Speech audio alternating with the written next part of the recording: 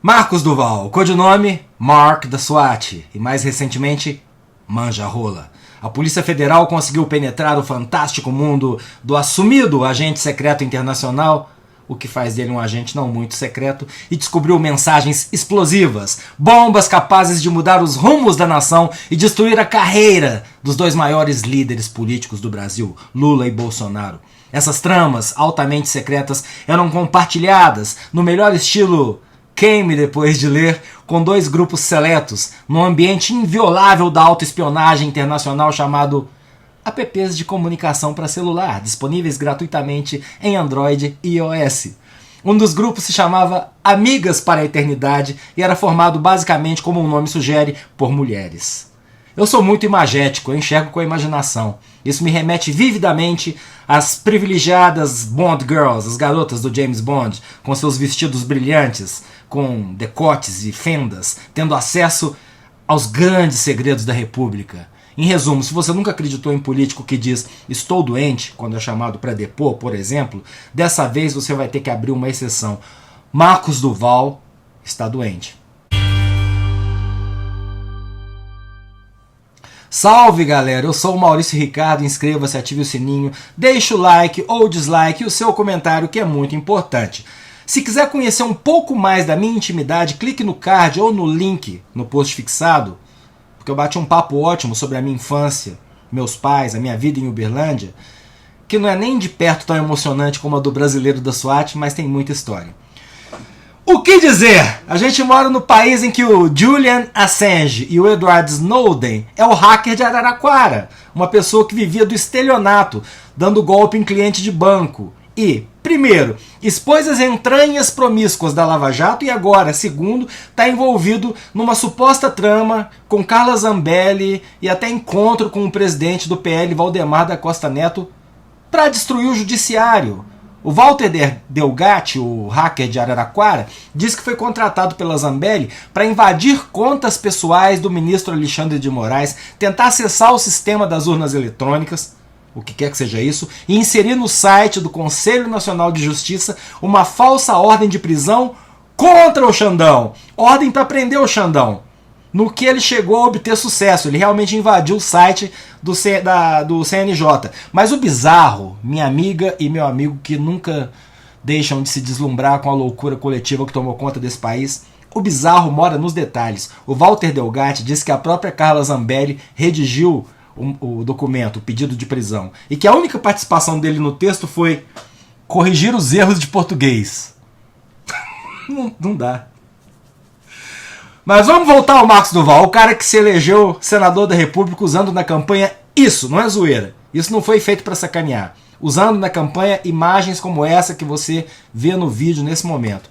Esse ainda é o avatar dele em redes sociais e nos dá a dimensão da grande fauna, do grande pesadelo que é essa nova legislatura. Eu sou de um tempo em que senador da República era cargo para gente séria, com currículo político, com história de militância. Não cabe a mim fazer diagnóstico de quem quer que seja, mas eu posso afirmar que o Marcos Duval está doente porque ele pediu o afastamento do Senado por orientação médica.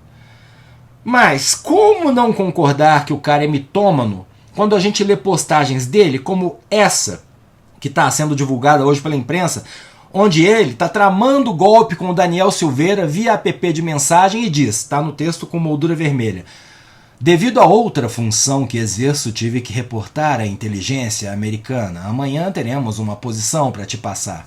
Se for para levar isso a sério, a gente está falando de um senador da República que é agente infiltrado dos Estados Unidos da América. Acho muito difícil acreditar nisso, porque a inteligência dos Estados Unidos jamais colocaria no Senado como infiltrado um cara que tem um grupo chamado Amigas para a Eternidade, onde ele abre a sua cauda de pavão para um grupo de mulheres e manda segredos muito perigosos, verdadeiras bombas capazes de destruir dois presidentes da República que eu tenho em mãos.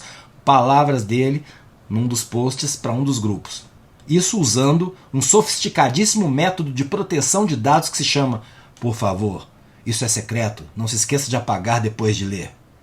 Espionagem internacional é um crime gravíssimo, mas que juiz no Brasil ou no mundo vai negar um atestado de insanidade para um cara desses? Meu Deus do céu. Será que resiste justamente aí a inteligência da coisa? Se faça de doido, porque se você dançar, ninguém vai te levar a sério? Não creio.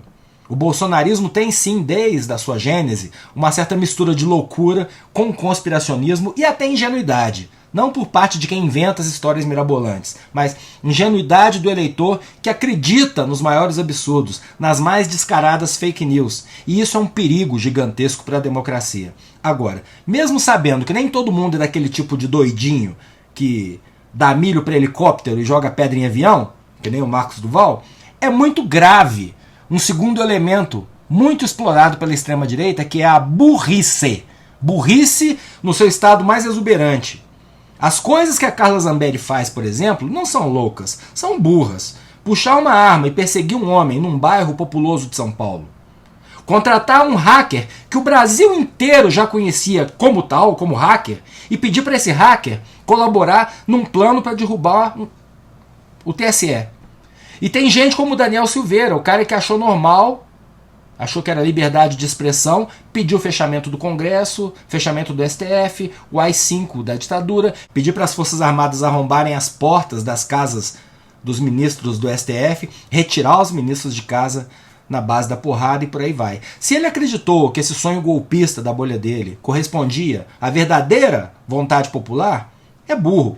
Como só podem ser burros, ingênuos ou muito mal informados os brasileiros que foram para a porta de quartel, que pegaram um busão para protestar em Brasília, porque perderam uma eleição.